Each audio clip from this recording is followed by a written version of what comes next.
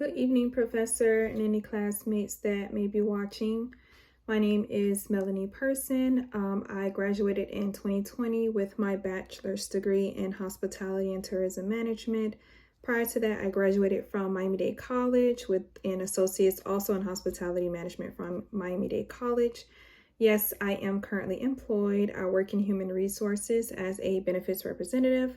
Would I consider myself to be a leader? Yes, I would. But realistically, I guess that can be debated because the position that I currently have is not a leadership position. I actually have never had a leadership position.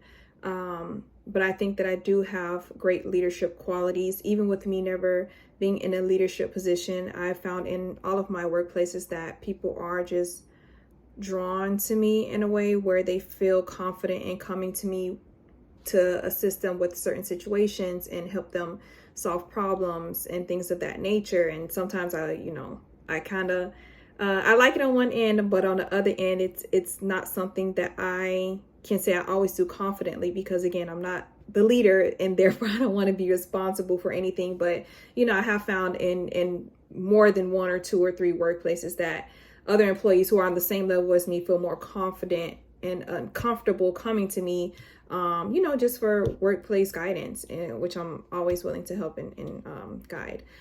A leader that I admire. This was a difficult question for me, not because I don't feel like there are leaders that I see, but just because I can't necessarily say there are too many that I admire, to be honest, especially in my places of work, my previous places of work. I've come across a lot of leaders who I kind of wonder how, but if I could say, I would say it would be my current supervisor. I think that he has great qualities, and I feel overall that he is the supervisor versus being maybe a manager or a director because he chooses to be a supervisor. He chooses to stay at that level where we are. I would say some of his great qualities that I feel make him successful as a good leader, or just a leader in general. He's very genuine. He's very competent. He knows what he's doing, and he's very knowledgeable. He has a thirst for knowledge. Anything that you ask him, if he doesn't necessarily know it right then and there, he'll figure it out. The system that we're using in our place of business is fairly new in that place of business. I am familiar with it from my previous workplace, but there it's new, and therefore there are a lot of system issues that we have to deal with. But even with that, he's still very great at figuring things out within the system, or trying to figure things out, trying it, seeing if it works, if not, moving on to the next thing. I would say one of the keys to him being a great leader would be patience. We have an organization that employs about 30,000 people, so we have to deal with a lot. On top of having a system that's not where it should be, it's a lot of stress. It's a very high stress job. But he is very patient, at least with his followers, those who are under him. He's very kind. He's very gentle in his approach to us. He never lashes out at us. There are times when we know that he's a little bit frustrated and he's a little bit overwhelmed. So we tend to kind of shy away and, not necessarily get in his space. But if we do decide to approach him, it's never a sense of annoyance with us or anything of that nature. However, I will say one weakness that I do see is that he does get frustrated, not necessarily with us, but just the workplace in general, with upper management. To be honest, a lot of times I'll hear him making outbursts, banging on the desk, which I don't mind. I mean, he's human. I don't mind.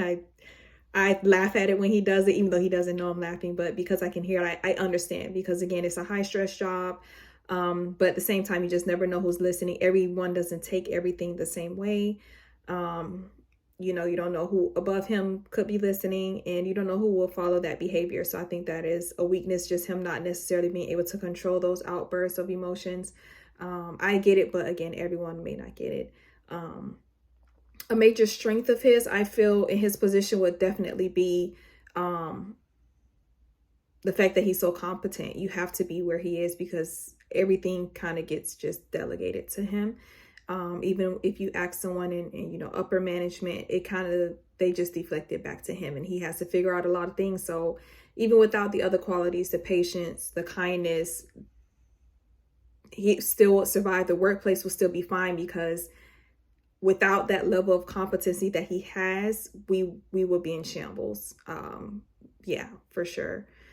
Would others agree with me on that he's a great leader, or, that he's admirable? I'm not sure. I want to say that others who are fairly new, like I am in the workplace, probably would, but others who are seasoned there, who have been there longer, who've come across a lot of different managers and things like that, who have maybe come across, managers and directors who were on point, probably would disagree, only because of their experience and them seeing, others take care of business how it should be taken care of. So they would have a little bit more comparison than I have in this place of business. But just from what I can see, he's kind of the glue that's holding everything together, to be honest. If he wasn't there, then I really don't know how we would conduct business. But yes, that's pretty much it. I'm very excited to be here. I chose this leadership path because I'm just really eager to bring out even more those qualities in myself. I'm really eager to actually one day be a leader in the workplace, a business owner. I'm curious to know how I would be and how others would perceive me. So I'm just happy to be here. And I look forward to learning more in this class.